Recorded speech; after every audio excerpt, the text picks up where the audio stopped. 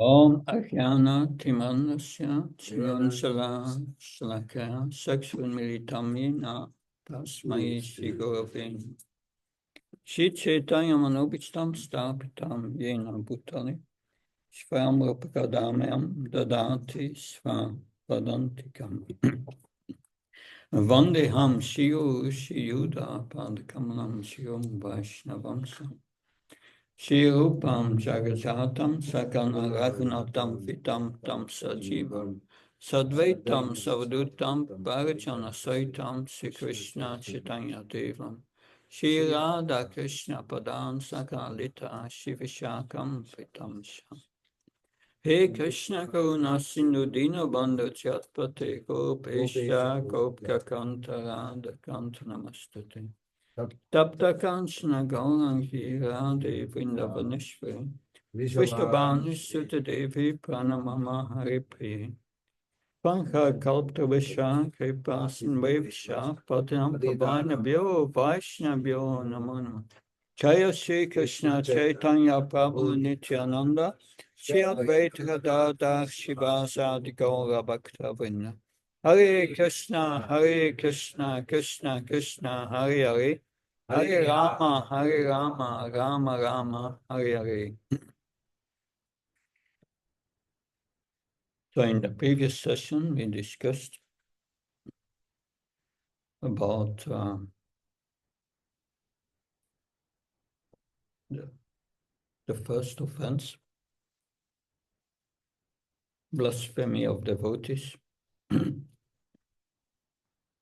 Now we will start with a practical example from the Srimad Bhagavatam that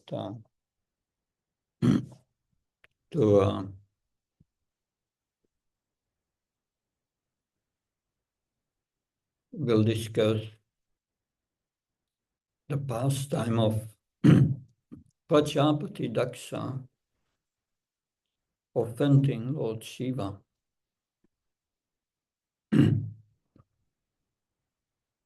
Who is Prajapati Daksha? Prajapatis are progenitors of mankind. They were empowered, living entities, empowered by Lord Brahma to create different kinds of living entities. And the chief, he appointed Daksha as the chief Prajapati. And Daksha became very proud to be the chief.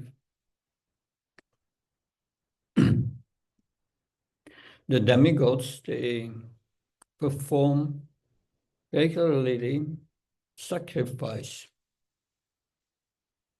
Sacrifice mentioned in Bhagavad Gita, Saknarta karmano yatra lokayam karma bandhanam. Sacrifice for Vishnu.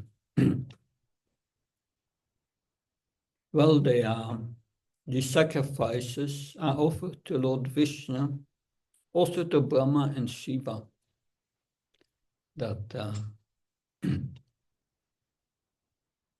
And these are big events that all these demigods, they dress very nicely and they come from all parts of the universe to participate in that sacrifice. And of course, Brahma and Shiva, they are present. But Prajapati Daksha had a daughter, Gayatri, also called Sati later.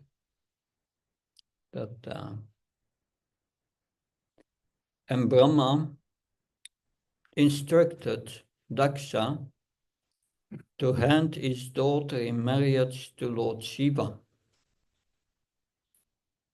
So Lord Shiva was the son-in-law of Daksha. Daksha was thinking himself superior to Lord Shiva. He could not understand Lord Shiva's spiritual position. Lord Shiva's spiritual position is even higher than Brahma.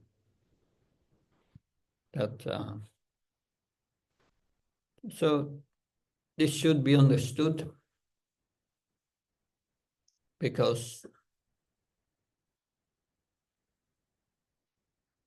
Lord Krishna is the source of all incarnations. Eti Shamsa Kalapumsa Krishnastu Bhagavan Swam. And he has 4 qualities which Lord Vishnu does not have. We discussed them yesterday evening.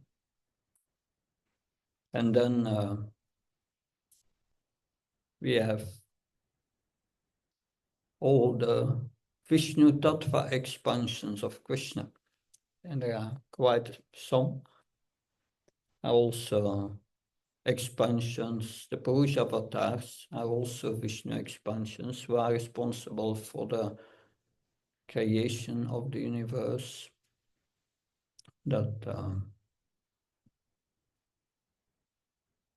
They have 60 qualities.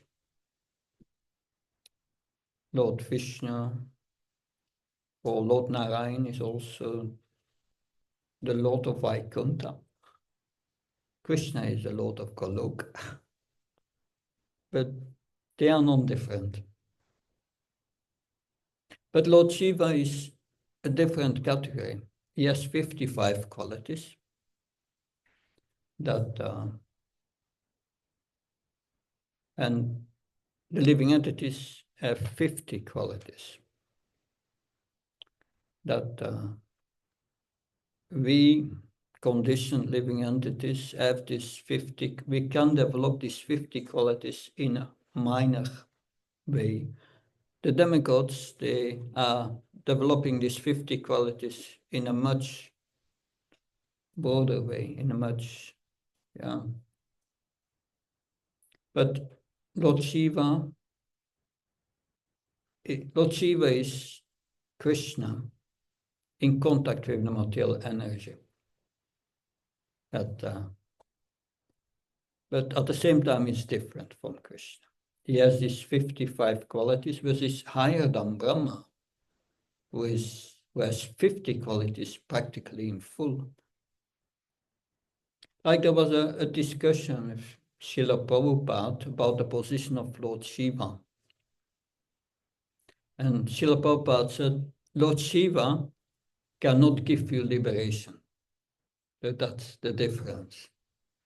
An important difference. There are more differences. Like Lord Shiva is all-knowing in the material realm, but not in this beyond.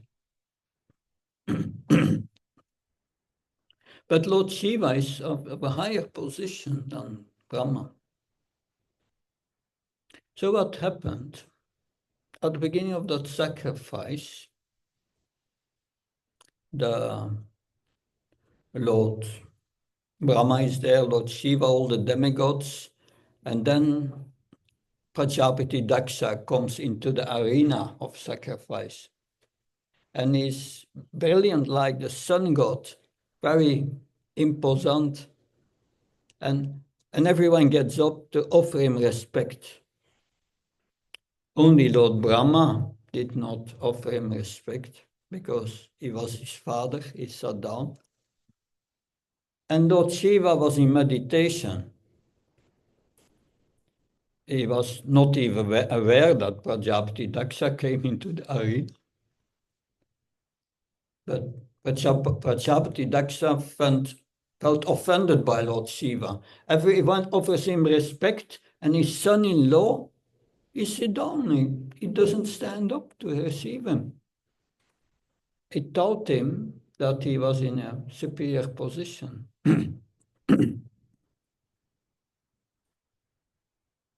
Do you know why Lord Shiva is always in meditation? Yeah. No? Shall I tell? Please. Yeah. In the beginning of creation, the first living entities Brahma created. Brahma, he creates from his mind. He has a special body, a very subtle body, more subtle than the demigods. That his body is called the causal body, made of intelligence, very, very fine. It's nearly spiritual, but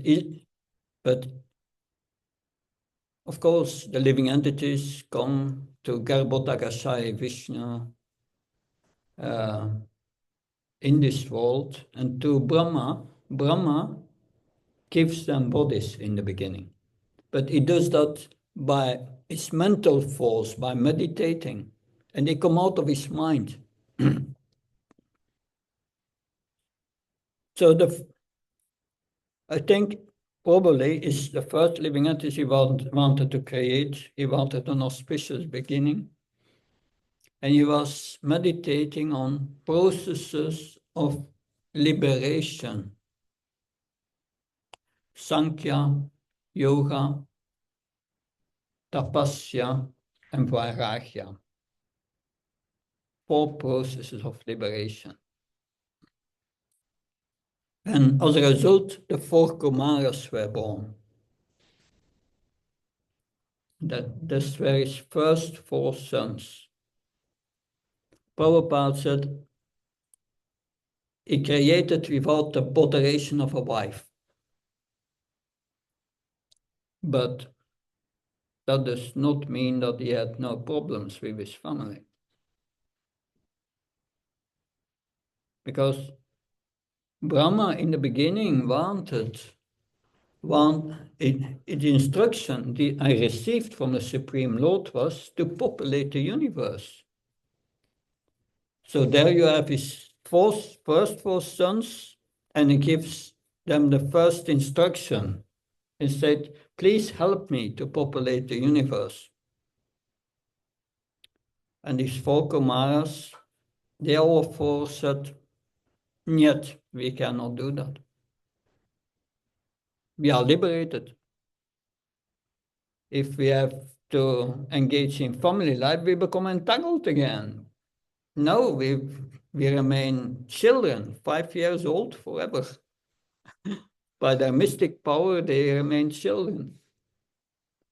Because they didn't want to grow up, because then a lust comes into the body and so on. So by their mystic power, they remain. What was the reaction of Brahma? Brahma became angry. Problems with his family from the beginning. He became angry. Anger is which modes of nature? Passion. Passion. Passion. Rajagun. Yes. And ignorance. Passion. It is not met. But Brahmaji is the representative of Rajagun. Is the representative of Rajagun, but if one becomes angry, that's a mode of ignorance. That's a mode of ignorance. He became angry. That is the fact, the mode of passion brings you down to the mode of ignorance.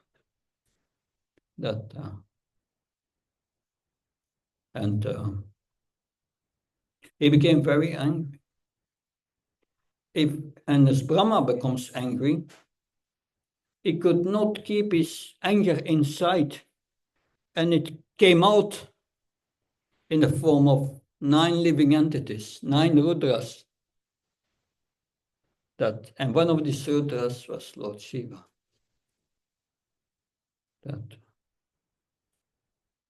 And okay, the good thing was, he instructed them to help him with populating the universe. And they were very obedient. Soon there were thousands and thousands of Rudras. But they were representatives of the mode of ignorance, anger, ignorance. They became all very angry and they started to destroy everything. Because their functions was at the end of the creation, they would help with destroying everything. But it was the beginning of creation. There, Brahma again problems with his children.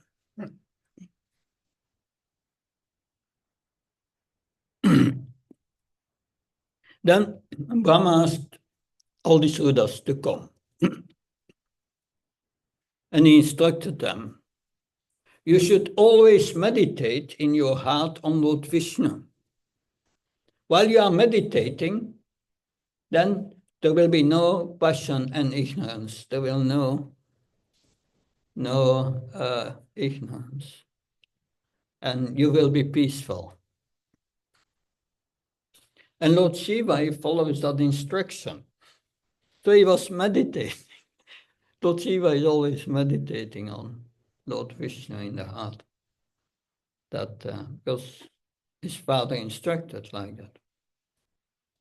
So when Prajapati Daksha came in, Lord Shiva was meditating. And because Prajapati Daksha was quite puffed up, if you become proud, that is a manifestation of the false ego. It's a manifestation of the false ego. And he felt offended by Lord Shiva. So if you are influenced by false ego, which is caused by the mode of passion and ignorance, then you cannot see things as they are. He was blind, spiritually blind. He could not see Lord Shiva's elevated position. He could not understand. He was thinking, Lord Shiva is my son-in-law, and therefore in a lower position, and he should be obedient. In other words, he became envious, very envious. And he started to address all these, he started to address all the demigods.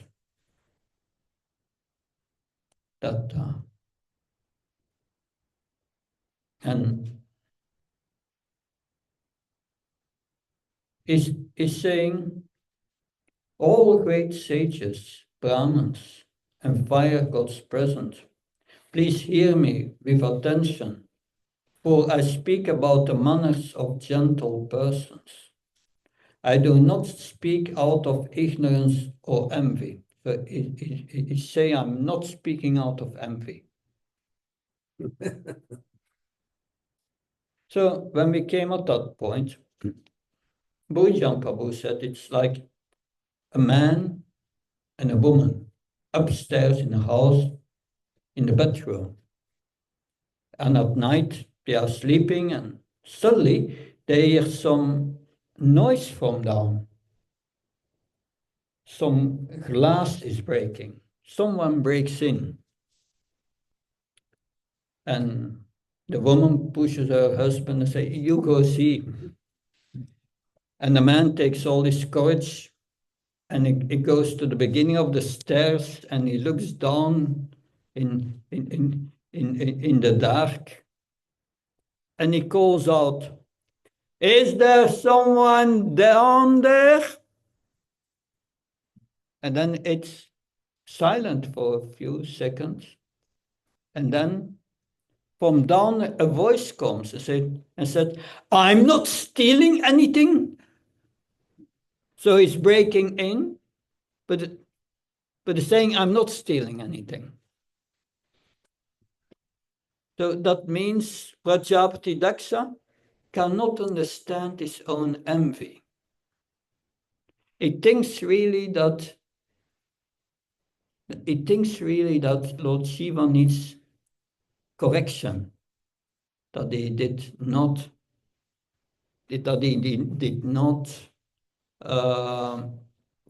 behave properly,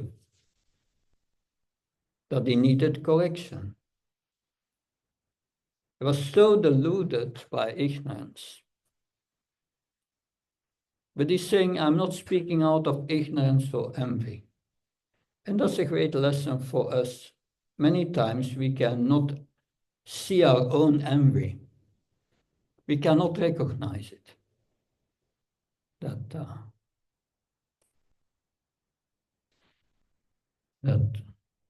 Because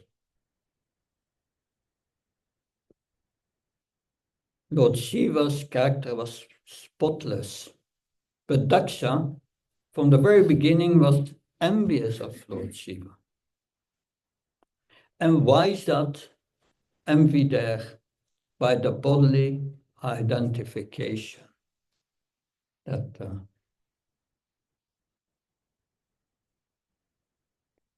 So I told my own story that I lost everything and so on. That a materialist would say, oh, that's very bad. That's very bad. The spiritualist thinks that's good. Because all that attachment and all these false things, it's just a botheration. It's a cause of developing so many bad qualities at the end. But due to bodily identification, we cannot understand this. You are in a room. You're going out of the room. And you leave the house and the city, and you never come back to that place. When you are going out of the room, are you still concerned with what's happening in the room?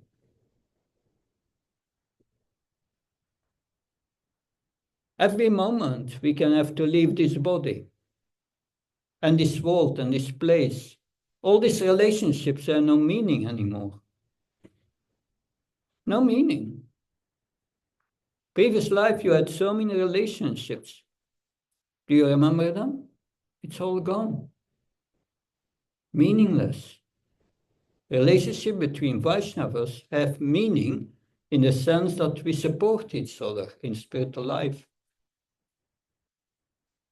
But due to bodily identification, we cause so many problems. And he also Lord Shiva. Because he identified himself, bodily identification. This is my son-in-law, is married with my daughter. He will say to the demigods after this, Lord Brahma forced me to marry my beautiful daughter to this Shiva. My beautiful daughter with beautiful eyes. And Lord Shiva has eyes as a monkey. He's dirty. He lives at a crematorium. He cannot even be clean. Every day he puts dirt of the crematorium from dead bodies on ashes on his body.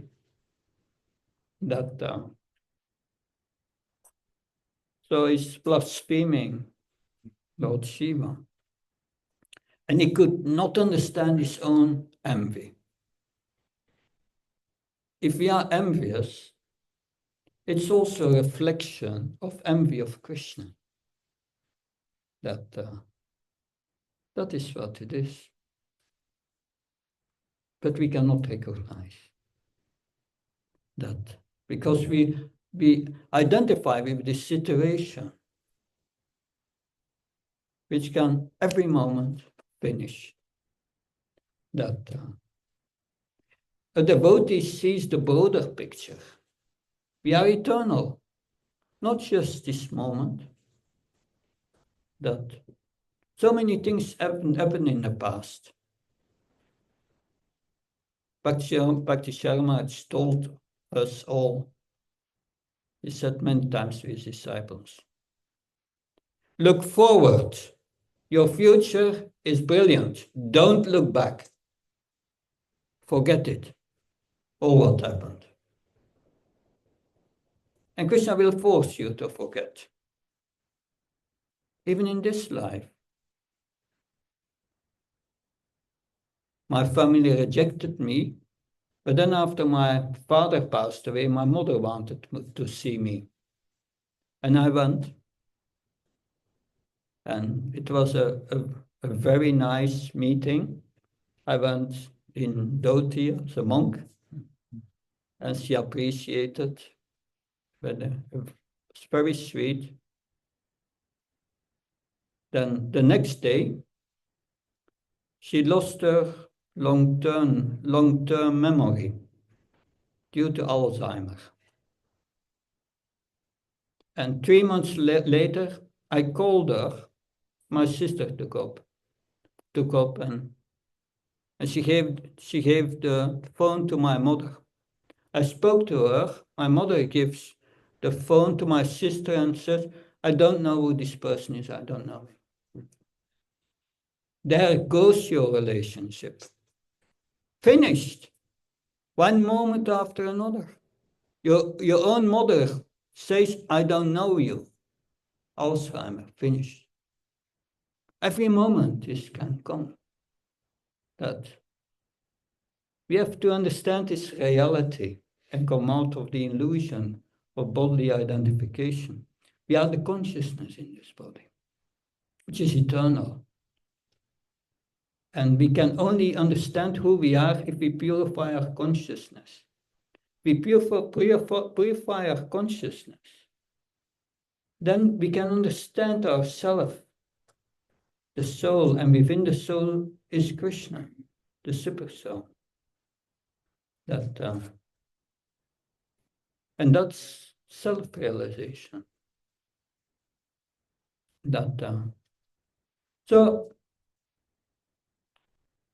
But he could not distinguish his own envy, Prajapati Daksha.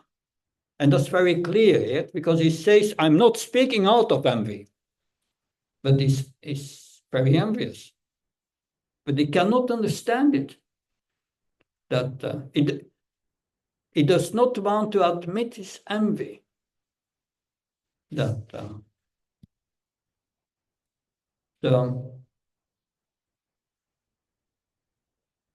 out of envy. And he could not understand Lord Shiva's purity. He saw the external, but he could not see his pure consciousness. So that is something we need to learn. What are the characteristics of a pure devotee?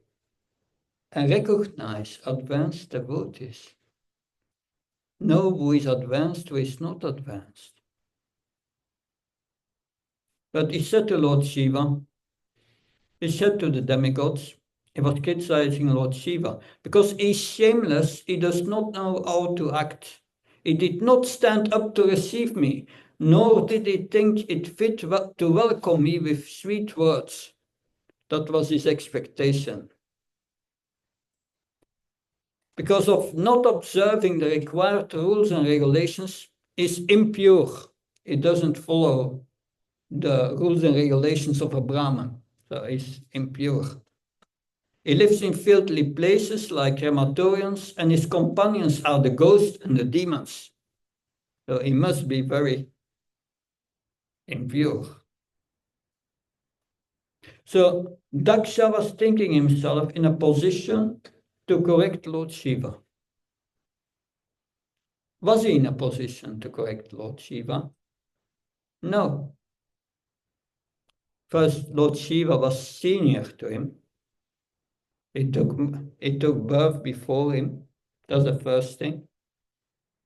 The second thing, he's in a superior spiritual position. That Vaishnava etiquette says you cannot correct someone who is in a senior position. You cannot correct someone who is more spiritual, elevated than you. That's a grave offense. By applying Vaishnava etiquette, we are. So if Lord Shiva would have applied Vaishnava etiquette, he would not have committed this offense.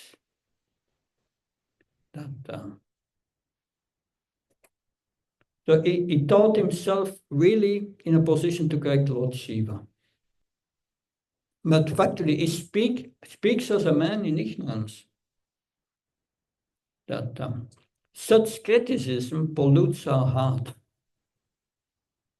and stops our spiritual advancement. Vaishnava is a very dangerous offense. So the question is, could Daksha have prevented Vaishnava Parat if he would have followed the Vaishnava etiquette? Guru Maharaj gave always that seminar on Vaishnava etiquette.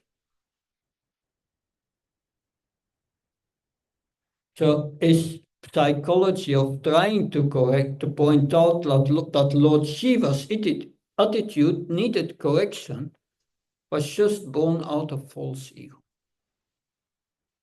false prestige. Of course, when Lord Brahma appointed Daksha as a chief of all the Prajapatis, progenitors of population, Daksha became very puffed up. He saw his comments on Lord Shiva not as criticism, but as a justified attempt to rectify his behavior. But that vision was due to ignorance. But even if one is ignorant and one follows the rules of Vaishnava etiquette, then one can prevent to commit this offense. Because still, Lord Shiva was senior to him. And then there is the next point. If you want to correct someone, and first condition, you must be senior or you're in a position of authority or spiritual, very much senior. The second is your motivation. Even if you are senior, there's motivation. So he did not consider that Lord Shiva was senior and in a much higher position.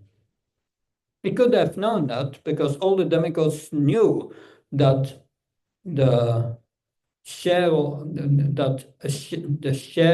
the offerings should go to Vishnu, Brahma, and Shiva. He knew this, but he forgot that. So Lord Shiva was in a position even higher than Lord Brahma.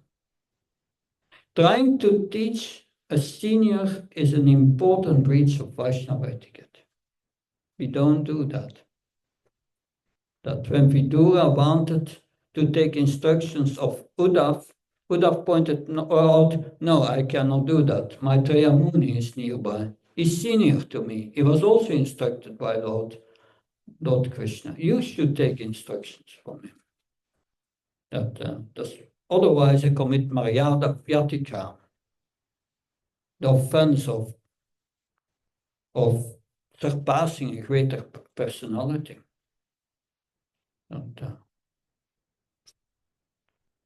Question. Yeah. I agree everything you say. It's very nicely you presented, Maharaj. I appreciate.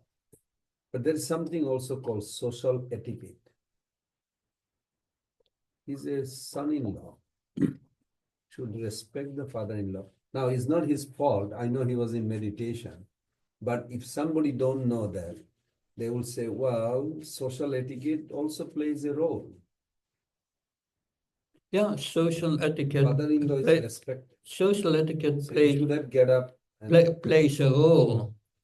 That's right. But that social etiquette doesn't give you the right to criticize someone. that is true. Incorrect. That's true. But that's certainly there. Yes. But I mean, can't he think like, he's my son-in-law, he should get up and welcome me? That yeah, he could not do that because He was in meditation. because that is a consideration in the body concept of life. Yeah. That and that these are temporary considerations.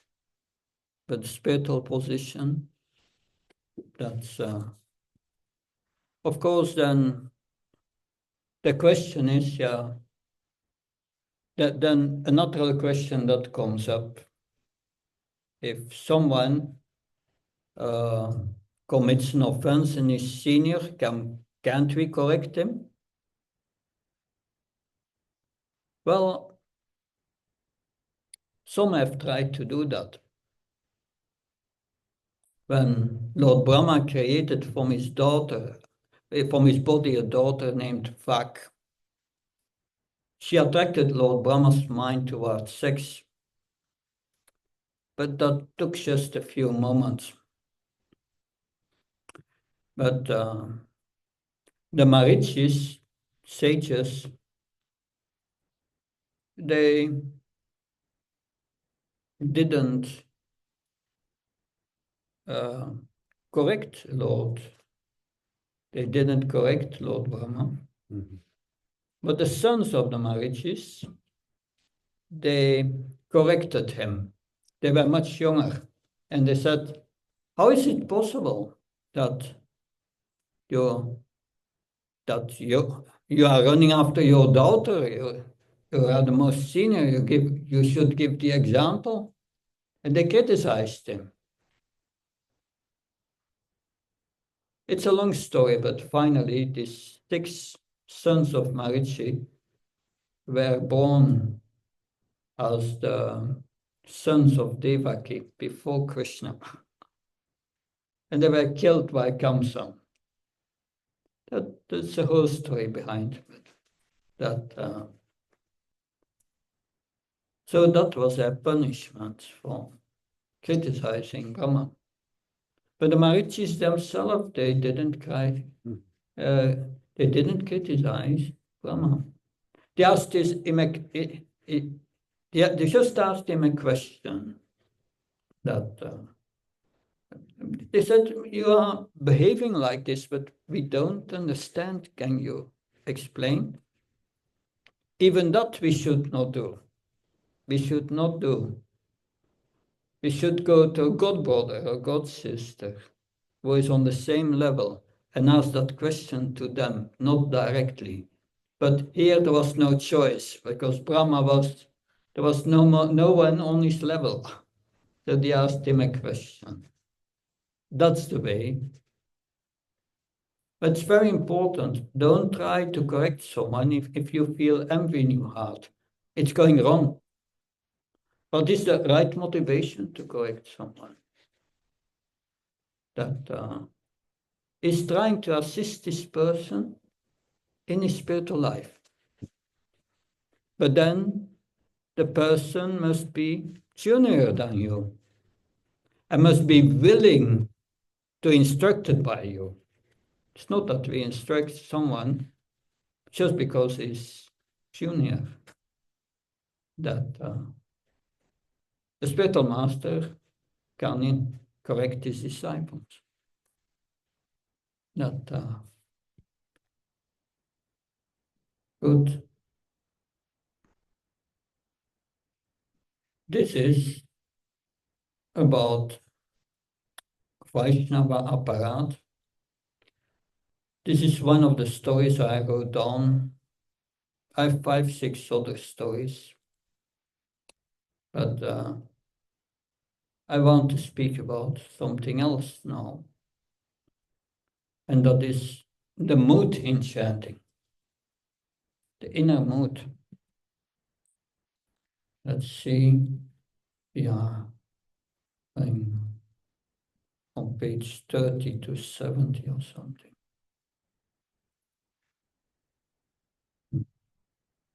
Because I discuss all these offenses one by one against the holy name. So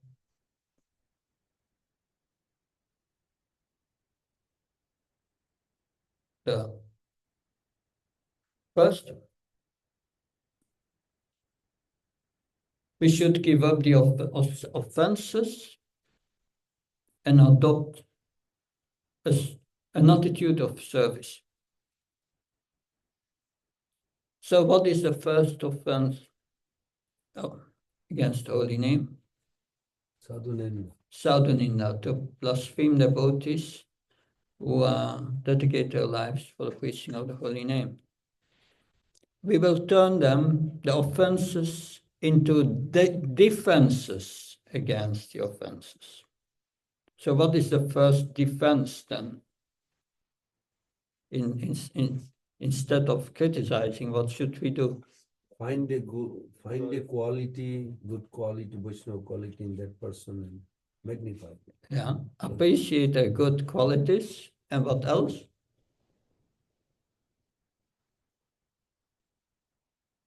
We should serve the devotees.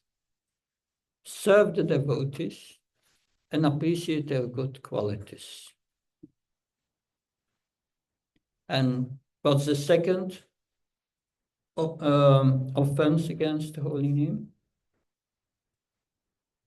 To consider the names of demigod like Lord Shiva or Brahma to be equal to or independent of the name of Lord Vishnu.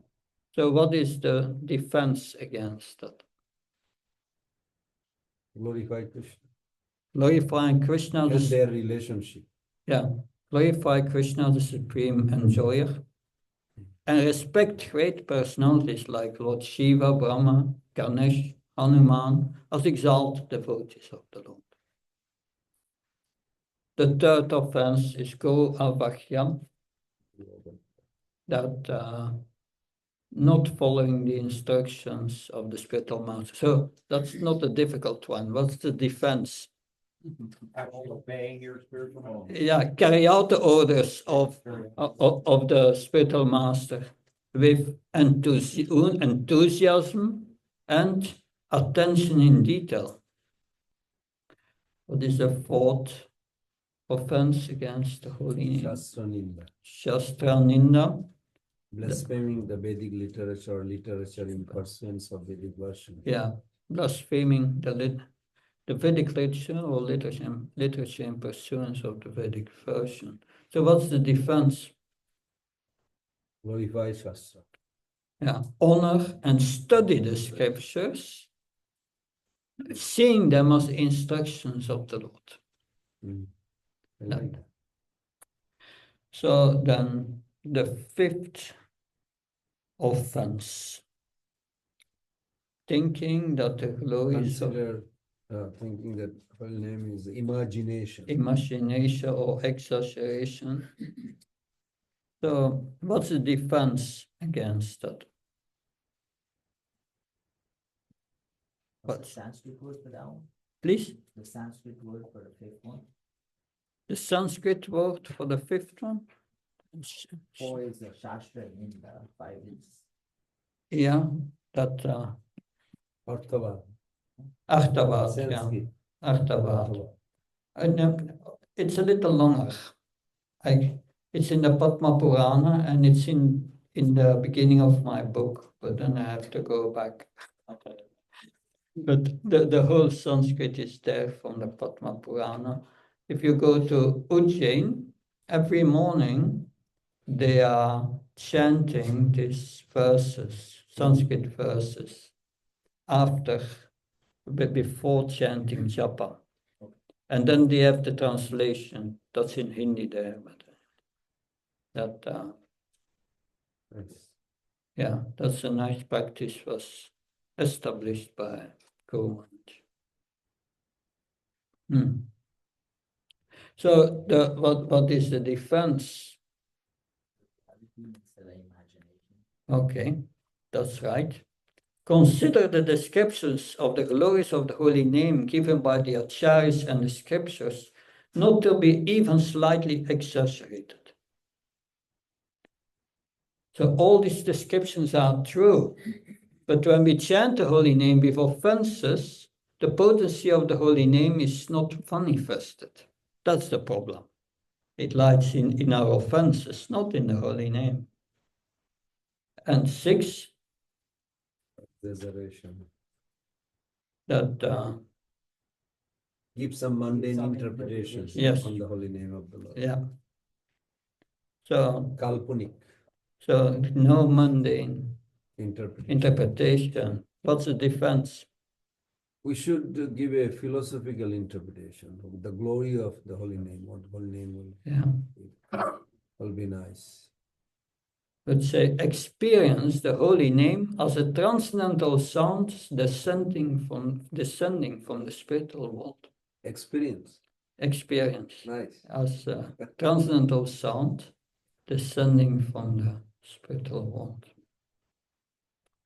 And the 7th, Nambole Papacharan. yeah, Committing sinful activities on the strength of. what's the defense? Don't commit. Seeing ourselves as a servant of the holy name. No, don't take advantage of the holy. Yeah, follow the 4 regulative principles. There you go. That protect your investment in chanting by following the regulative principles. That's it. That and 8, karma kanda. To consider the holy name, it's one of the auspicious ritualistic activities offered in the Vedas as pudiv activities or karma kanda. Yeah, seeing the holy name as a way to get karma kanda results. And what is the defense? They're never equal, so you can see them. Always glorify holy name in, or maybe introduce holy name in beginning and end of every karma kanda. According to Jiva Goswami Pada, he says nothing will accomplish in Kali Yuga without chanting. Instead of chanting with this false motivation, we should chant out of duty and obligation and to please Krishna. That's the difference. Good. Then 9th offense. To instruct a faithless person. Yeah, to instruct a faithless person about the glories of the holy name. What's the difference?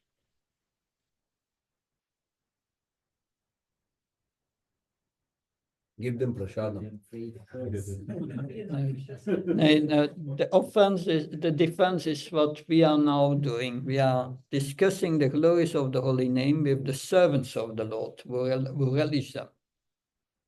That is, and not with the faithless.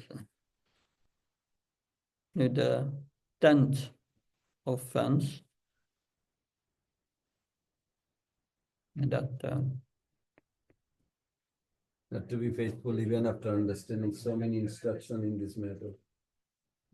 yeah, that's even after understanding so many instructions on this matter, we remain materially attached and we chant without attention. So what's the difference?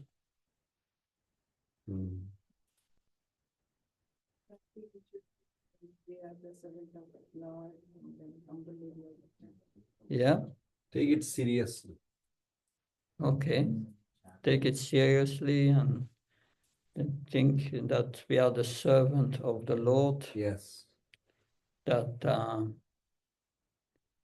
and a good defense is we absorb our heart and mind completely in the chanting And by that, by deep absorption in the holy name, we become detached from materialism. That, and these are the 10 defenses. So now I'd like to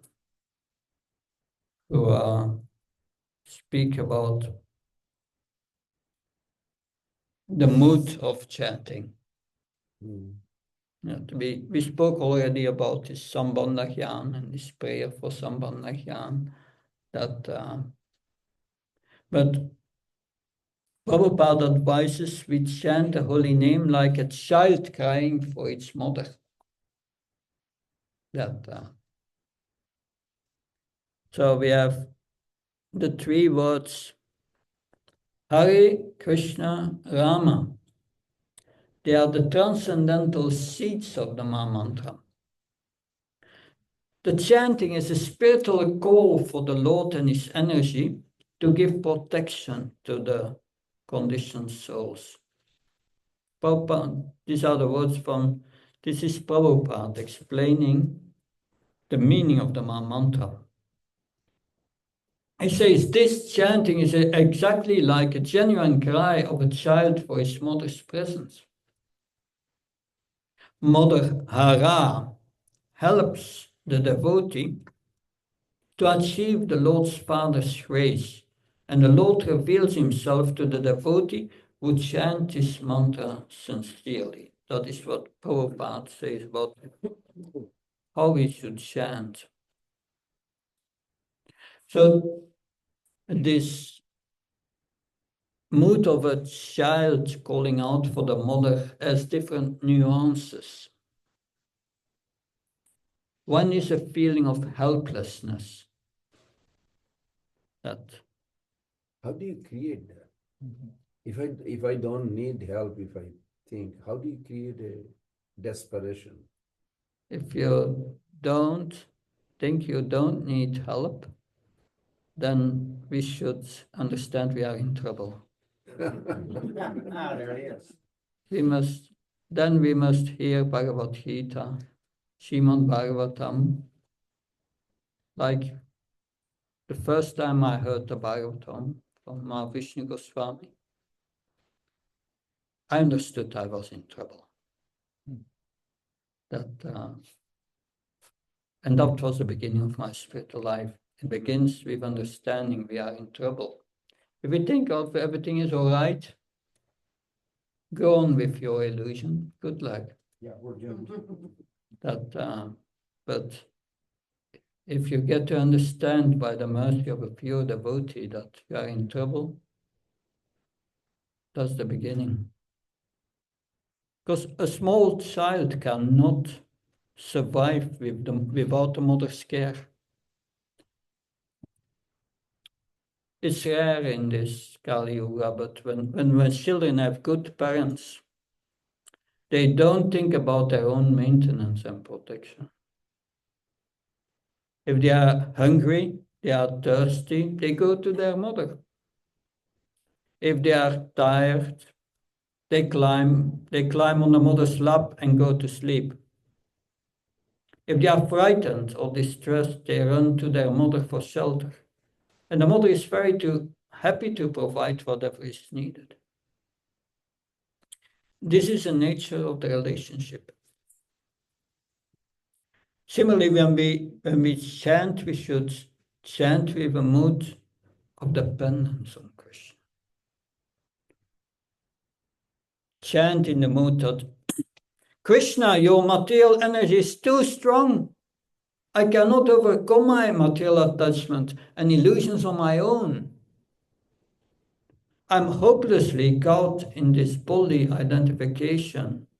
I need your help. Krishna is very happy to accept our invitation and come to our rescue.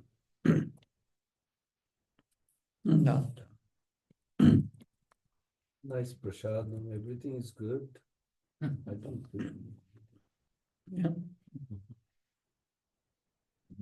Just wait some time.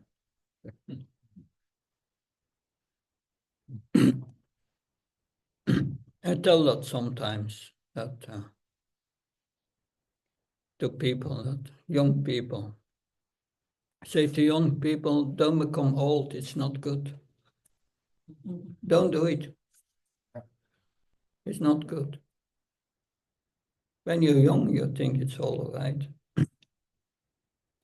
When you become older, then you understand the body is a machine to give you pain. Yeah.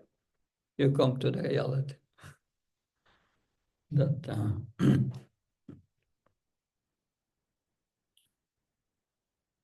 the mood of Bhaktivinoda Thakur in his song Oi Vaishnava Thakur, that think you should read that. It's in Bengali. Oh, yeah, but no, they know that song. Yeah. Ekaki amara Nahi paya bala hari nama nama sankirtan. sankirtan.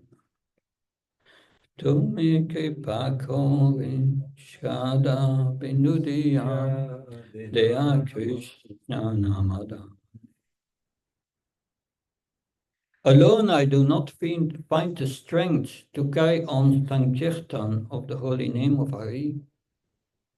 Please bless me by giving me just one drop of faith with which to obtain the great treasure of the holy name of Krishna.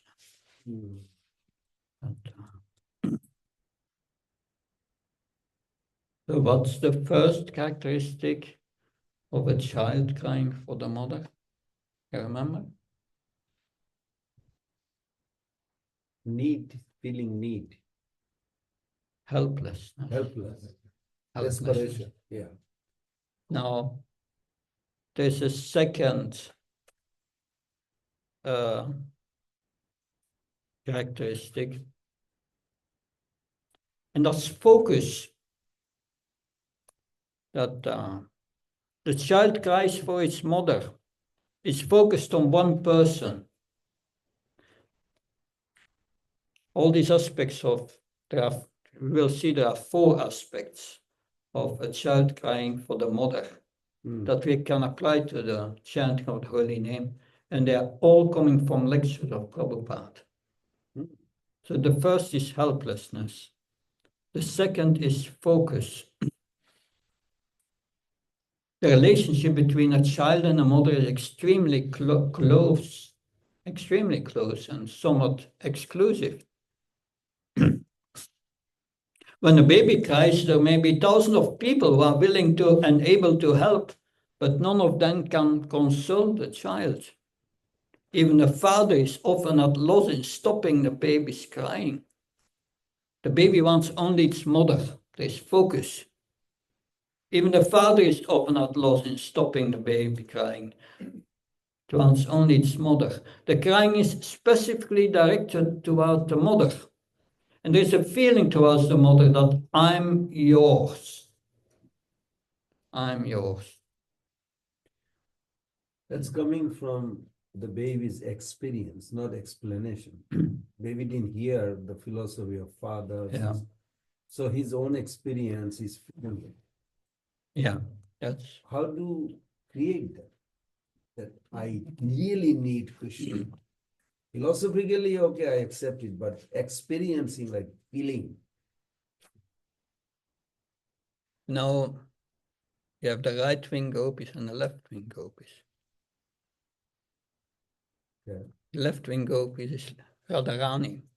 The right wing gopis is Chandravali. Chandravali says to Krishna, I'm yours. Look at the mic. The battery is down. Yeah, I'm yours. But Radharani said, no, Krishna is mine. So, But that's from her own affection for Krishna. She developed that. yeah. How But do I develop that? Krishna is mine. I need. yeah, Maybe Krishna, you can bless me. we learn from Bhagavad Gita, you are the spirit soul. This material world, within the spiritual soul, is a super soul. Your super soul, mine. We cannot be separated. That, yeah, mine, my super soul, but we are also yours because we are your servant. That's both aspects are there.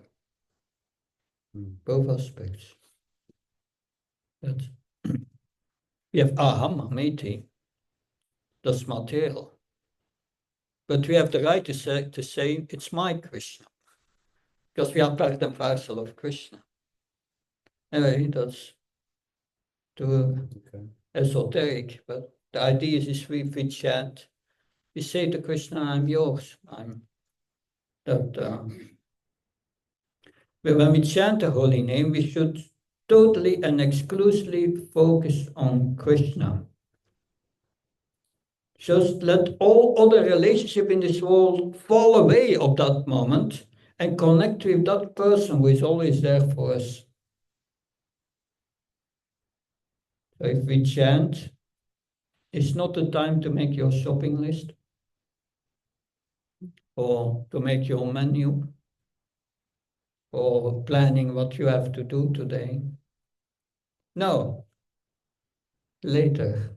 Now I have an appointment with Krishna. And I connect now with Krishna. That exclusively focus on Krishna. Let all other relationships in this world fall away and connect with that person who is always there for us, who accompanied us for lifetimes, who is our best friend and our eternal well-wisher. Like we have so many relations, so many lifetimes, and we don't remember them. It's all gone. But Krishna has always been with us. That's an eternal relationship. If we become completely pure, then we live always in a relationship with Krishna.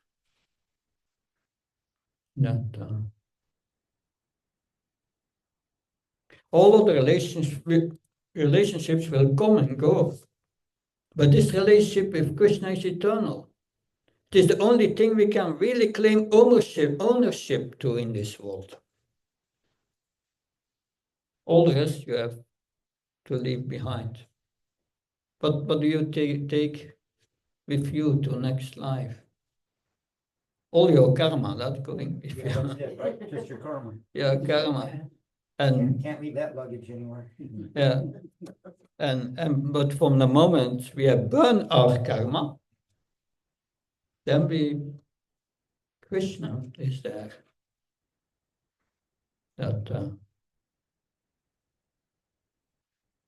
So Krishna is mine, therefore, and I'm his. Both are there. Krishna is mine, and I'm his. And everything else is temporary and limited. That is the only thing we have. So the first was Desperation. helplessness. And the second is Personalized focus. Yeah, focus. Okay. Oh, focus. Focus on one person. But the third thing is affection and love. Srila Prabhupada said that the closest thing to the pure love in this world is the mother's love for her child. There is no closer bond of affection than between the mother and the child.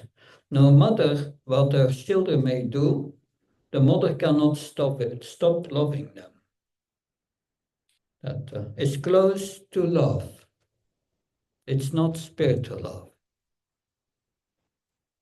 Because still there is a selfish part in it. The mother is concerned with her child, not with all the others. Right, the possession aspect. Yeah. But no matter how ugly her children are, the mother sees them as beautiful. Even if a child rejects the mother and leaves home for years, the mother will receive them back with open arms at any moment. Even more than a mother loves her child, Krishna loves us. He never wanted us to come to this material world, but respecting our choice, he unwillingly sanctioned it. Still, he wants us to come back even more than we do. For every step towards him, he takes 10 steps towards us. Krishna is waiting with open arms for us to turn to him. When we chant, we need to open our hearts to receive his love and reciprocate by saying his names with affection. What does that mean? He comes 10 steps towards me, 1 step. What does that mean, really? Well, I tell you a story. Okay? So, take a few minutes, but that when this is in Brihad Bhagavatamrita, the story of Gopkumar. When he arrived at the end in Goloka Vrindavan, he went when he arrived, he found this is a flawless world. He could feel the love really in the atmosphere, the devotion. And he saw some gopis. And he wanted to come in contact with these gopis. Because he wanted to know the way to the house of Nanda Maharaj, because he wanted to meet Krishna. And he tried to contact these gopis, but like it was not, they didn't see him. He was doing, oh, but it was like he didn't exist. Of course, it was during the day. Krishna was out herding the cows. Because in the morning, when Krishna leaves for the forest, then all the cowboys, they already very early, they assemble before the house of Nanda Maharaj. And then Krishna comes out. And then they prepare to go to the forest. But then Mother Yasoda comes out and said to Krishna, Krishna, why don't you wear shoes? There are so many thorns and sharp stones in the forest.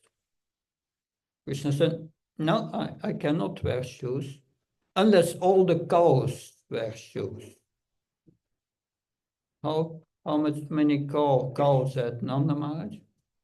9 lakhs. Yeah, 9 lakhs. Multiplied by 4. How many shoes?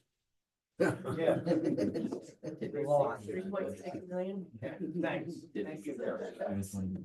So Mother Yasoda gave up. She went inside. And then she came out again. She had a sweet with him and gave it to Sridham. I said, you keep this sweet for when Krishna is hungry. And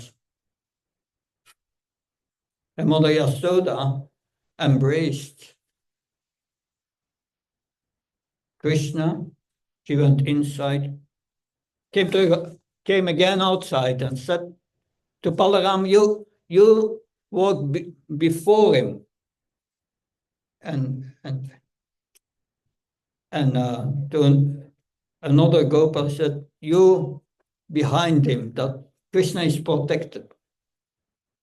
But then the gopis, they were in the bushes. and they wanted to see Krishna. But socially, they could not look directly to Krishna. That was not allowed in the Vedic culture. And they were looking at Krishna from the corner of their eyes. And Krishna started for the forest. And then all the trees offer their flowers. The peacocks come and they perform a dance before Krishna. And after that, after the dance performance, the head peacock bows down and offers Krishna one of his feathers. And Krishna put a peacock feather on his head. Why? In his turban. Therefore, Krishna wears always a peacock feather. Out of respect for the... Anyway, it takes a while, and the gopis, they follow him through the bushes. But at a certain moment, they have to give up. But their mind is fixed on Krishna. Krishna is called Manohar. He steals the minds of his devotees. So Krishna stole the mind of his devotees. And therefore, during the day, these gopis, they were always thinking of Krishna. And they were so absorbed, they didn't see anything else anymore. Krishna had stolen their minds. The same happened when Krishna played his flute, and all the gopis, they were attracted to the flute and they were run to the forest. And when they come before Krishna, what does Krishna say? Why did you come? It's very dangerous in the forest, all these dangerous animals. You should go home and take care of your babies and your husband. But the gopis replied, going back, what can we do there? You stole our minds. We cannot even do our household chores. You stole our mind. So that was happening. But then there was an elderly gopi, Purnamasi, she's Yoga Maya. And she saw Gop Kumar and showed him the way to the house of Nanda Maharaj. So it goes to the house of Nanda Maharaj, and it comes before the palace and it sees Mother Yasoda and elderly gopas there. They are standing there just like statues. They are not moving. And Kumar thinks, what's going on here? And he looks at them and he sees their sight, their eyes are fixed on the horizon. And he looks at the horizon and suddenly he sees clouds of dust all over the horizon. And a little later in the clouds of dust, he starts to see cows, thousands and thousands of cows coming. And a little later he sees in front of these cows, gopas. And then he sees in front of the gopas, Krishna. And from the moment he sees Krishna, he starts running towards Krishna. And Krishna runs towards Gop Kumar. And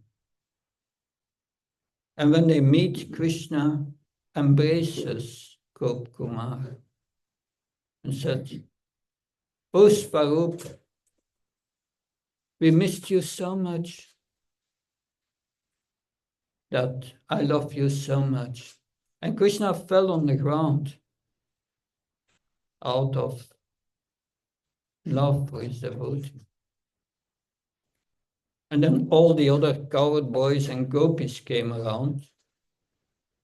And they saw Krishna lying on the ground. And one of the gopis said, "Who is this new cowherd boy? Is he a messenger of Kamsa?" Yeah. Of course, this is Kaloka Vrindavan. In Kaloka Vrindavan, there are no demons. It's only a rumor that demons may Kamsa may come. But there is no Kamsa there. But then Balaram saw, he started to smile and said to everyone, "You should have Sankirtan." And they started to chant Krishna's names. And then Krishna opened his eyes.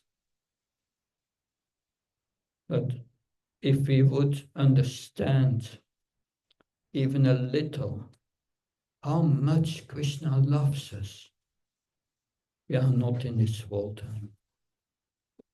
We are not in this world. And that is in the chanting of the holy name. The chanting of the holy name is a two-way. Is a two-way relationship. We must open our heart. We open our heart to give our love to Krishna, but also we open our heart to receive Krishna's love. It's two ways that and Krishna loves us so much, certainly more than 10 times more than we can love him. So when we chant, we need to open our heart and receive his love and reciprocate by saying his names with love, affection. Affection, love is the third way. That's what Bhakti Maharaj said. What does it mean chanting Hare Krishna? He replied, it means saying to Krishna, I love you. Mam Siyovya Vichayana Bhakti Yogna Sevate. If we chant with love, we transcend the modes. That if we chant and make our shopping list in the mode of passion, that will not be effective. Then our heart remains closed. So the first way to chant holy name was helplessness. The second, focus. Third, affection. And the fourth one. So the child is not just speaking to the mother, it's calling out loudly, desperately, crying if there is no tomorrow. It cries for the mother's comforting presence. So our chanting should be with the same intense longing for Krishna's association. Sincerity? That longing. Longing. Yeah. Need, longing, yeah. So, and Rupa Goswami calls it laulia. That's in Nectar of Devotion, it's said the only qualification required to go back to God, that is laulia, the intense greed to attain it. So desire, the intense desire. That we must be so eager to attain Krishna that our intelligence is singularly focused on that purpose. Krishna says, Ekanako Nandana.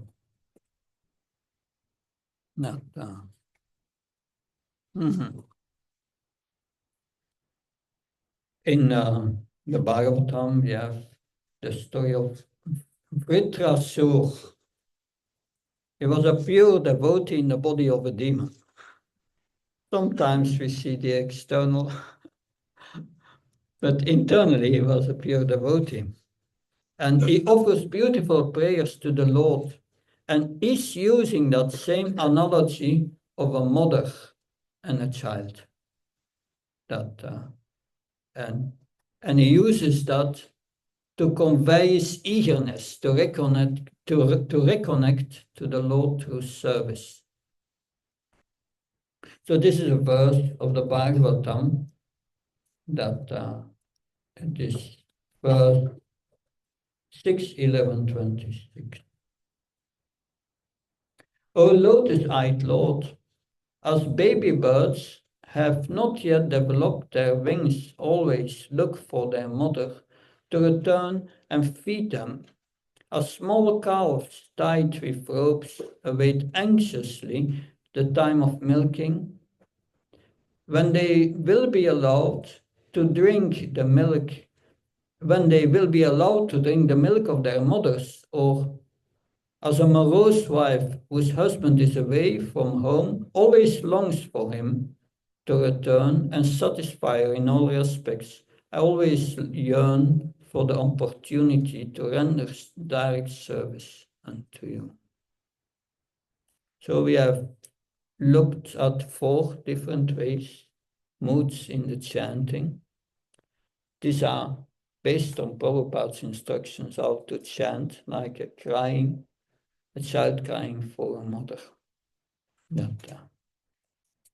So when we realize that we are powerless to make spiritual advancement on our own, we will be able to call out to Krishna with sincere feeling.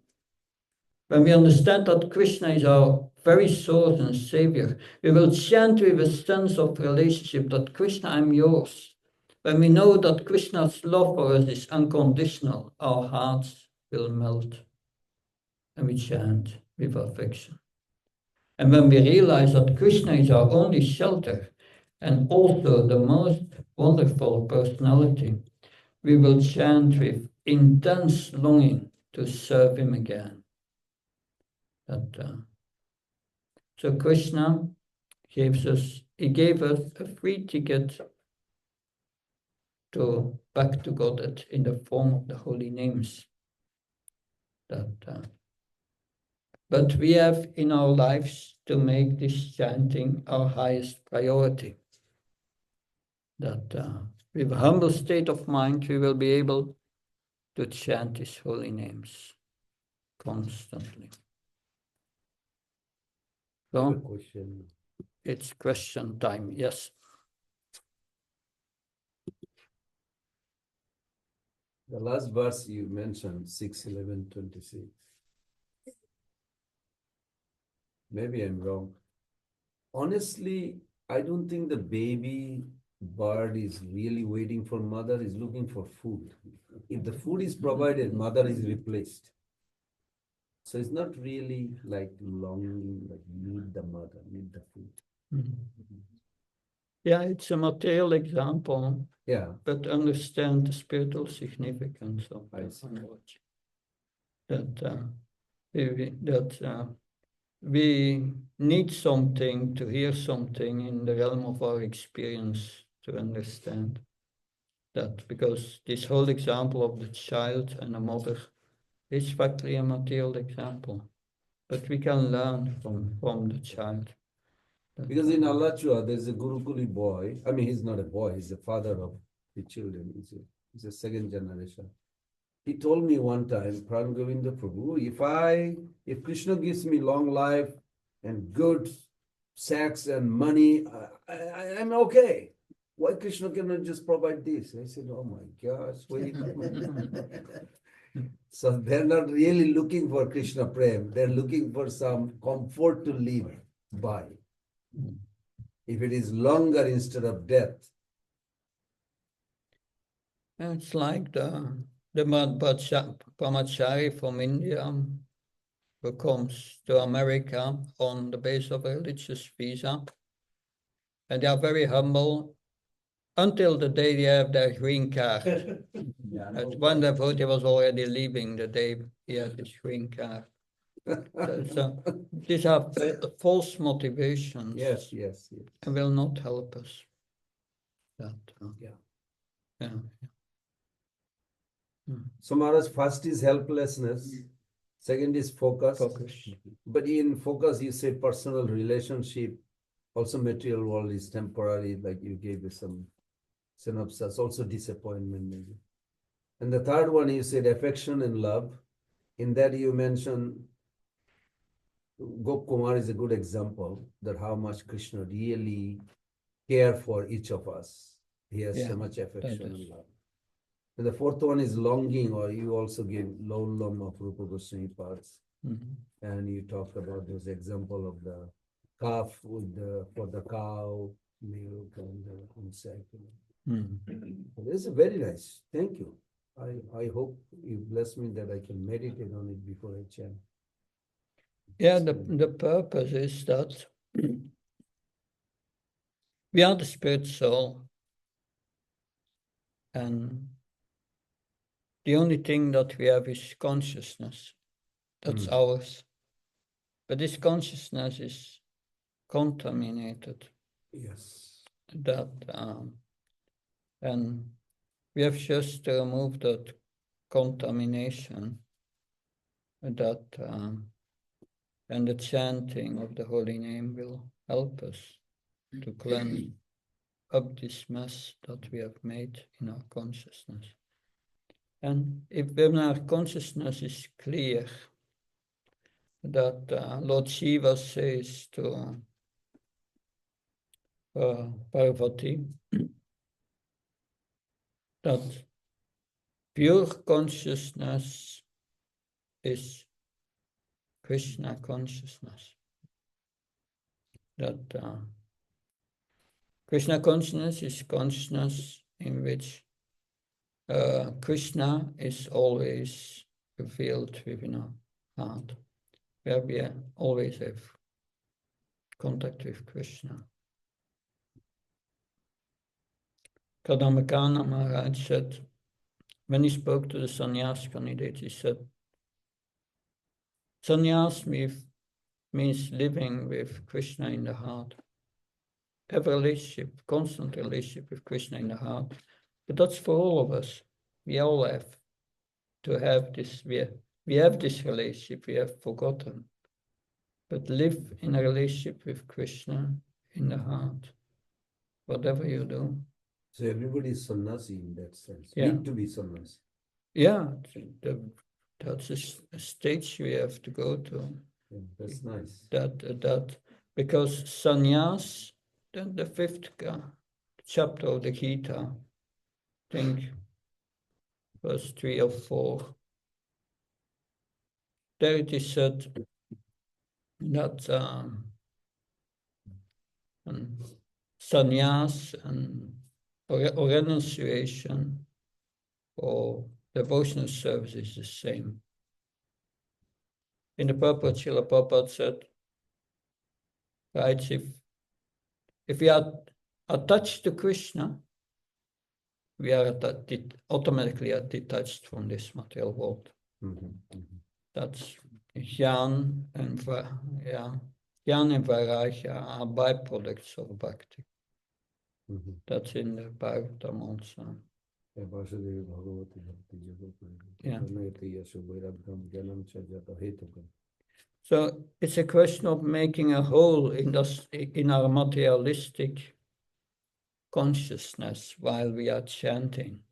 Go to that hole while chanting and be with Radha and Krishna, at least for the chanting. And forget all the rest. And then your chanting will become satisfying. If we chant in the modes with material desires, with material motivations, it's not satisfying. That it will keep us going with the practice of Krishna consciousness. There's always an effect, but it's not really satisfying. When you are, I can explain this a little deeper, and that it's a technical explanation, but it may help you to understand how to go deeper. So we are the consciousness. The consciousness comes from the soul, and is spread all over the body, from the heart through the body to the bloodstream. Therefore, everywhere where there is blood, we have feeling. So this consciousness comes from the spirit soul, and it fills the subtle body and it fills the gross body through the bloodstream. So when we go to sleep and we dream.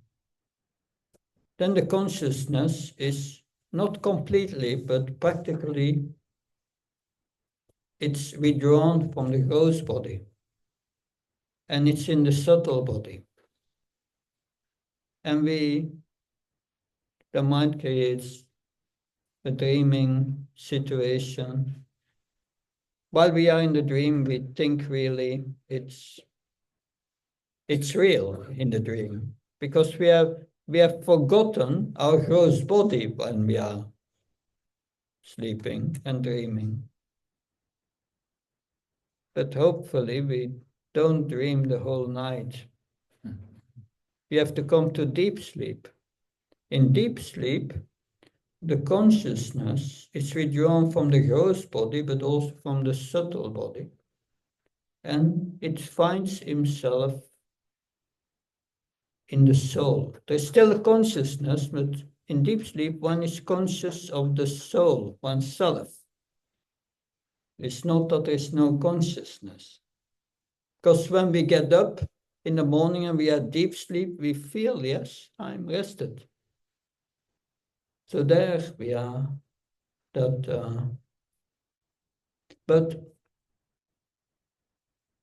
this is mentioned in the Bhagavatam, 2nd chapter,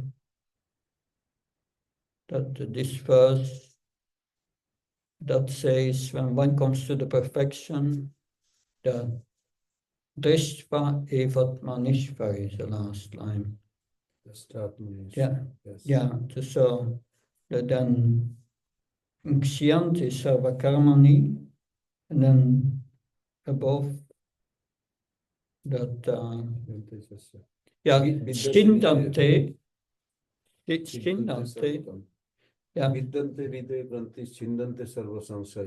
yeah, yeah. Here the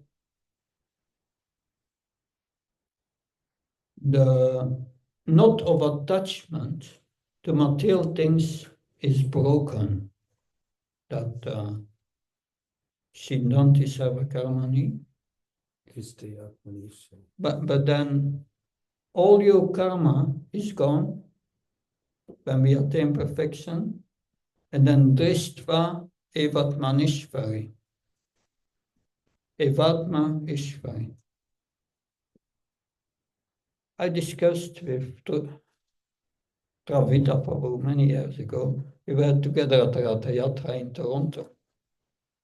And we were speaking about this first, this Drishtva Evatmanishvari. What does it mean? That in translation said, one sees self as a supreme. Yeah, one sees the self as a Ishvara. That's not what it says. Our acharyas explain, one sees the self and the super self and the super soul if one becomes fully Krishna conscious. So within the soul is a super soul. So someone who is self-realized and goes in deep sleep, what does he see? He experiences the self and the super self. That means great devotees like the 6 Goswamis. Even they slept two hours a day. Even during that day, they were Krishna conscious. During their sleep,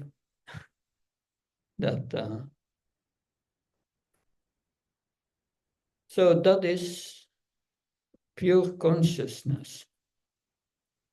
If one is in pure consciousness, one is always in contact with Krishna in the heart. That's the purpose of yoga, Ashtanga yoga, that in 6, 7, Chitatmana Pashantatmana Paramatma Samahita. When one becomes completely peaceful, one can only become peaceful when the heart is pure. Then one comes in contact with the Super Soul, with Krishna in the heart. In the fourth, at the third canto, 9th chapter, I think it's verse 11, remember me. Van Bhakti Yoga Paribhavita Itsarya Asis Tekshya Patuna Tunata Pamsam Yati. Yeah, anyway, this verse means that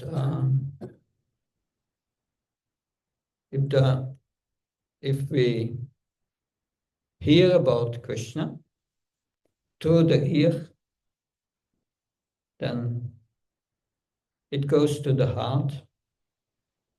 And in the heart, Krishna manifests him for his devotees, manifests him within the heart in the form that they feel attracted to, Ishtadev. So for the devotee, the super soul is not a four-armed form for the yogis. The super soul takes the form of Krishna, 2 arms, for the devotees in the heart, because they feel attracted to that form. And that is 4 years ago, I was undergoing surgery that under full anesthesia. That was in Brussels, and they brought me to in the operation room, put my body on the table, and there was the anesthetist. She was from Indian, and she looked at my paper and said, "Oh, you are vegetarian? I'm also vegetarian." And she was speaking about what I was doing, and just before the surgery. But then the moment comes, she put a mask on my nose, and I was taking shelter of Radha and Krishna in my mind. In that situation, you are a little serious. So it was really taking shelter. But I was seeing Radha Krishna in my meditation. And then a little moment, I saw everything became really light. A few more things happens there, but I don't want to tell that. But I saw light coming around Radha Krishna. And then I opened my eyes and I was in the wake-up room. But interesting is that I did not experience that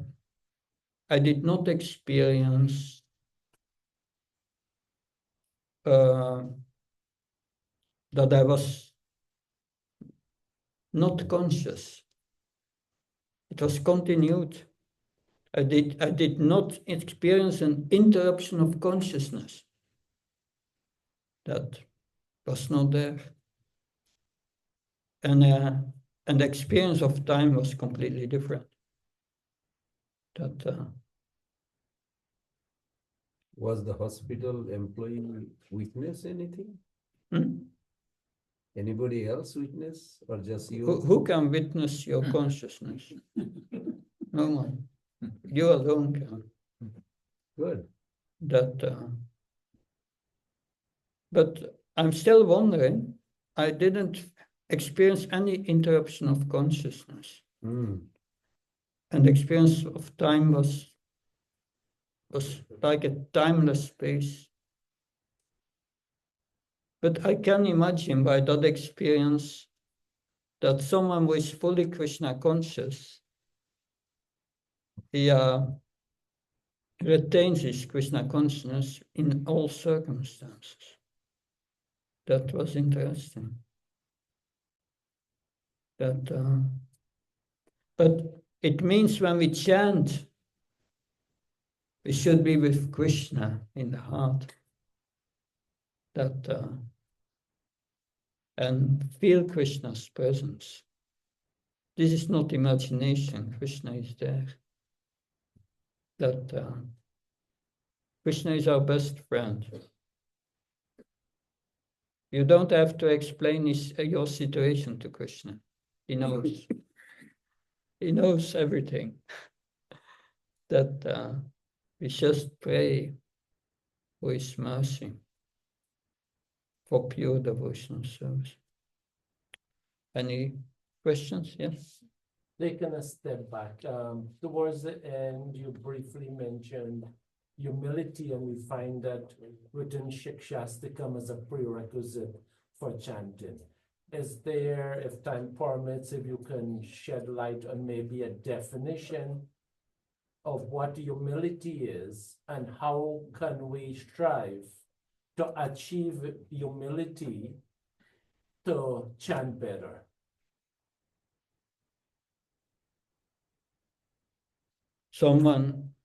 One of my gurus is Bhujam Prabhu.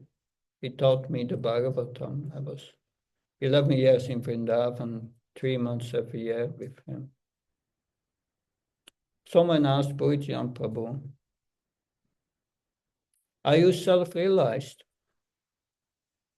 And Bhujam Prabhu said, yes, I'm self-realized. I realized I'm a complete nonsense. That is humility. We are complete nonsense. Otherwise, we would not be here. Unless we realize that. That was genuine. We cannot chant. There was properly. Genuine feeling here. Yeah, that was a genuine feeling. That was not, and so that is, we have to come to that point. You cannot imitate that.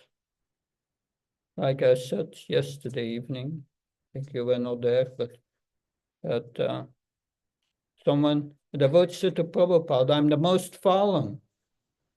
Prabhupada said, you are not the most of anything. You cannot imitate that. But that comes by the purification of the chanting, by hearing the Bhagavatam, and by going to so many experiences. We have our plans in this life. Krishna laughs with our plans. Because it will be his plan, not our plan. And that's humility. That we go with Krishna's plans. The 8th verse of Shikshastikam, Asli Shiva Padamritastumam. Darshan Mahatma. Yeah, there. Lord Chaitanya said, in the mood of Srimati Radharani, yes, you may make me broken-hearted by not being present before me, but whatever you do with me, that still I will love you. And it starts with accepting our situation. We are in a certain situation. And we can put all our endeavor in approving materially, but that will not happen in this world. Accept our situation. Say to Krishna, I accept it. I deserve this. You put me in that situation. That's your will. Thank you. and I will serve you from that position. That's acceptance of my situation. That's very important. If we don't do that, then we never become peaceful. You never become peaceful. You never can make the connection with Krishna. Because we are swimming in this duality, in good and bad for the body. It's this good and bad of the body. It is insanity. Only pure devotees, they are sane. Everyone else is mad with this high in mind and this, yeah. I know it's a bitter pill to swallow. We have to swallow the pill, and then we will become happy. But, good. Yes. Maybe.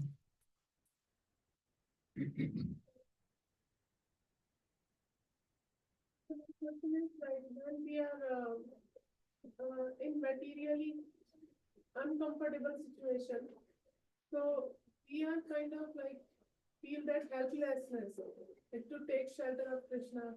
Oh Krishna, nobody is there for us without you.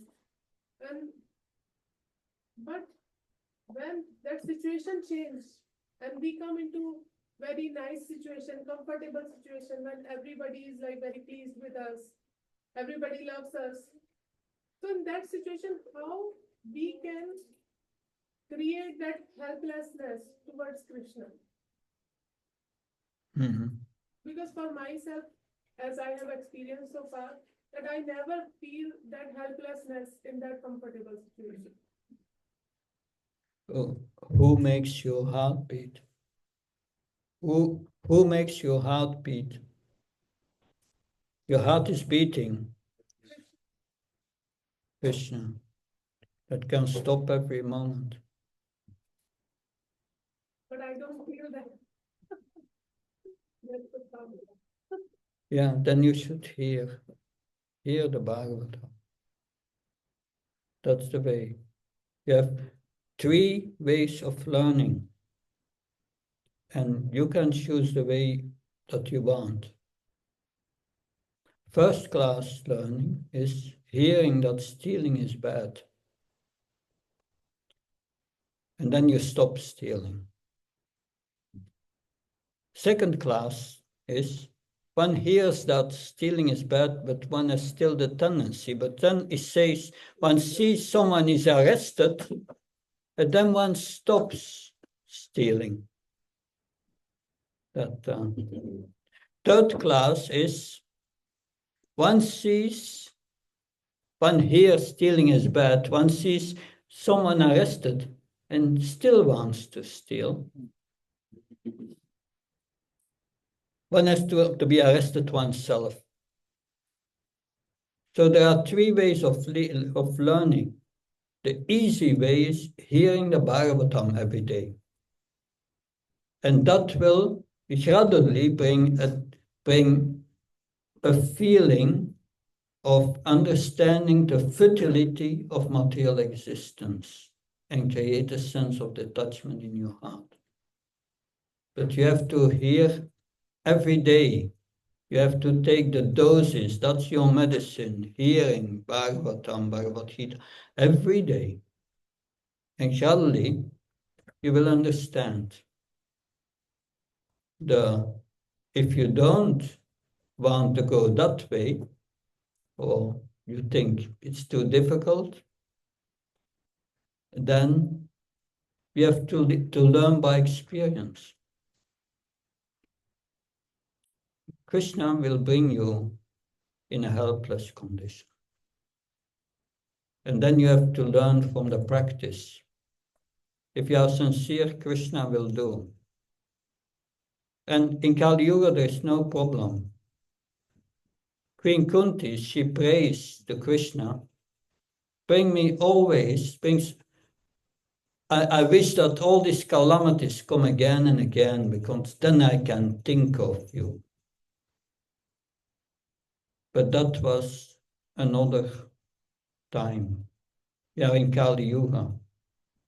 You don't have to pray for difficulties. Just wait, they come on its own accord, and then you will feel helpless. Just wait. But I would recommend the first class of learning, hearing the Bhagavatam. It will change your heart.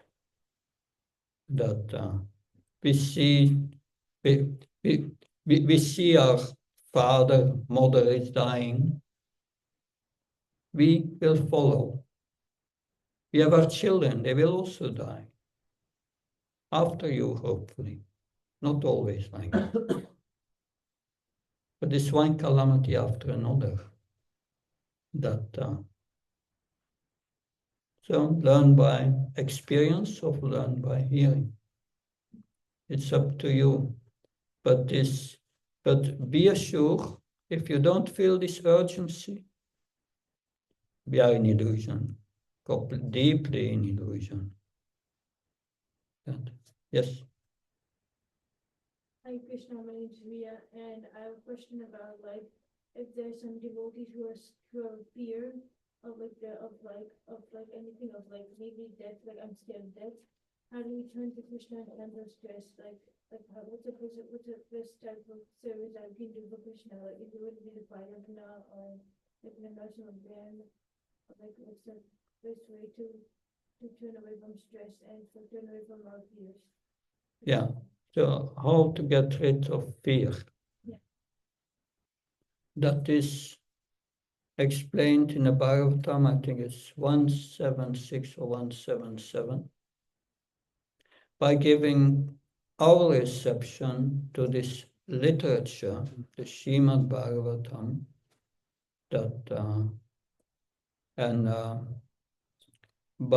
by that you will get rid of lamentation, illusion, and fear. LIF. That lamentation, illusion, and fear will go. We are fearful because we are identified with the body. Because with the body so many things can go wrong. But there is no reason to be fearful because we are not a body, we are eternal, spirit souls. If we realize that, then there is no fear anymore. But we are identifying with our temporary situation, and that's not reality. It's not easy to understand, but that is what Krishna says in Bhagavad Gita. 13th chapter, verse 30. He says, if one sees that the soul does nothing in this world, only desire, and the rest is done by material nature. We see things as they are. So there is no problem on being fearful. Arjuna wanted to kill Bhishmadev. He did not want to kill his grandfather, Bhishmadev. But Krishna says, yeah, it's your duty as a Kshatriya because your grandfather has been an aggressor. You must do it. But Bhishmadev has an old body. Was 140 years old, was a grandfather. An old body is not comfortable. You can get out every moment. So if you cannot kill Bhishmadev because he's not a body. You can only kill his body, but then he gets a new body, a fresh body, a young body, a new body. And that's a reason to be happy if you get a new fresh body and can get off the old body. But to understand these things are very difficult if we identify with this body. And where does this identification with the body come from? Because we have forgotten Krishna. If we forget Krishna, we forget we are an eternal spirit soul. And then Krishna gives us a material body. And then we think, I'm this body. If if this body dies, I'm finished. But we are not finished.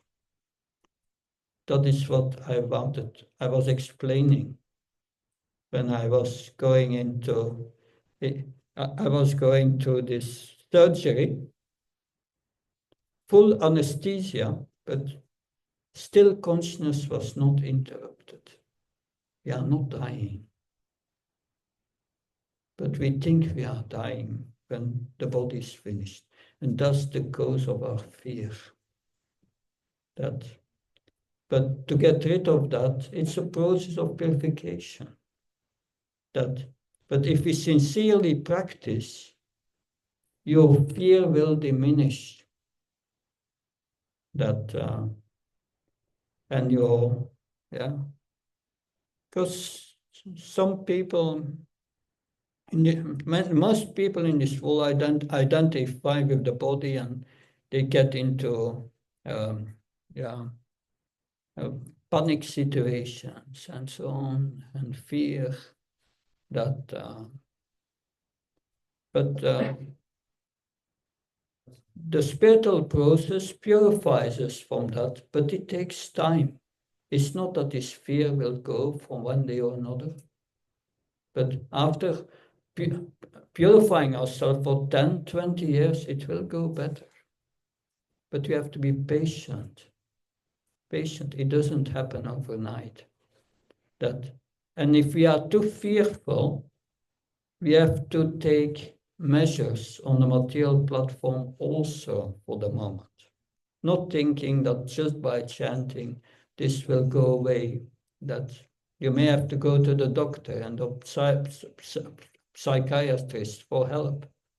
And that's a reality. But in the long term, this will help you to get rid of it. But of course, the process is not meant to get rid of our fear, but to understand who we are, realize that, and develop love for Krishna. And then we don't get a material body anymore. We get our eternal spiritual body, and there is no fear. Narada Muni is traveling over the whole universe. Narada Muni met Ravan, and he said to Ravan, you should give Sita back to Ram. And Ravan became angry. And he took his sword. He was going to kill Narada. And he tried. But it was zip. His sword went to Narada's body. And Narada was still dancing in the air. And Ravan became a little diplomatic and said, what kind of body do you have? Oh, said Narada Muni said, this is a spiritual body. And Ravan said, can I also get such a body? And Narada Muni said, yes, sure. You just have to perform devotional service for Lord Vishnu. But Ravan said, impossible, I cannot do that. But yeah, in the spiritual body, there is no fear. Because the spiritual body has no beginning and an end. And that spiritual body is there. You have it. But it's covered by a subtle and a gross body. And we identify with the covering. We identify with the clothes. that Krishna says in Bhagavad Gita, changing bodies like changing clothes. That for the soul, there's no meaning. But realizing that it's another thing. It takes time, chanting and hearing about Krishna. And gradually, we get better. It's like if you start chanting and hearing, it's like entering a hospital. And we come gradually better, but it's a gradual process. Does that help? Thank you. Okay. Maybe a last question. Hare Krishna. Yes. Hare Krishna. So my question is on paying obeisances. Can I pay obeisances in mind? Like, because I see, like in Western world, they barely pay obeisances, and like Goswamis and Acharyas, regardless of their old body, they used to pay hundreds and thousands of obeisances daily. Mm. Yeah, it might. Like one can do Normally, lip service and just say Dandvat Pranam and not mean. if one can perform obeisances by bowing down with the body, that's preferred. If there is a situation wherein you cannot do that, it can be in the mind. But obeisances is important. In the beginning, Prabhupada was asked his disciples, first disciples, 22nd Avenue, to bow down before the spiritual master. And Brahmananda Prabhu said to Prabhupada, but Prabhupada, I don't feel bowing down. And Prabhupada said, just bow down, the feeling will come. But he wanted us to bow down. And so it's best to use, because then we use your body in the service of Krishna. So it's a very important practice but if there are social situations in which you cannot do that, you do it within the mind if there are good reasons for. I don't know which reasons, but it could be that, yeah. And we bow down to devotees and to those who are more advanced, but not to everyone. Yeah. Does that help? Okay. Thank you very much. So we will stop here, and tomorrow during the Sunday lecture, we will have a last session, a very important point I will make. It will be only 1 hour, but What time is that? the Sunday feast tomorrow, at what time is Sunday feast? Start 11 o'clock with Yajna. Yeah. And 12 o'clock is Guru Puja, Tulsi Aarti, and Yeah. Raju. And 1 o'clock is the lecture. 1 to 2, One. and then I'm going to Orlando. Can you put it on the Zoom because we have to go back? What time? Whenever Maharaj is.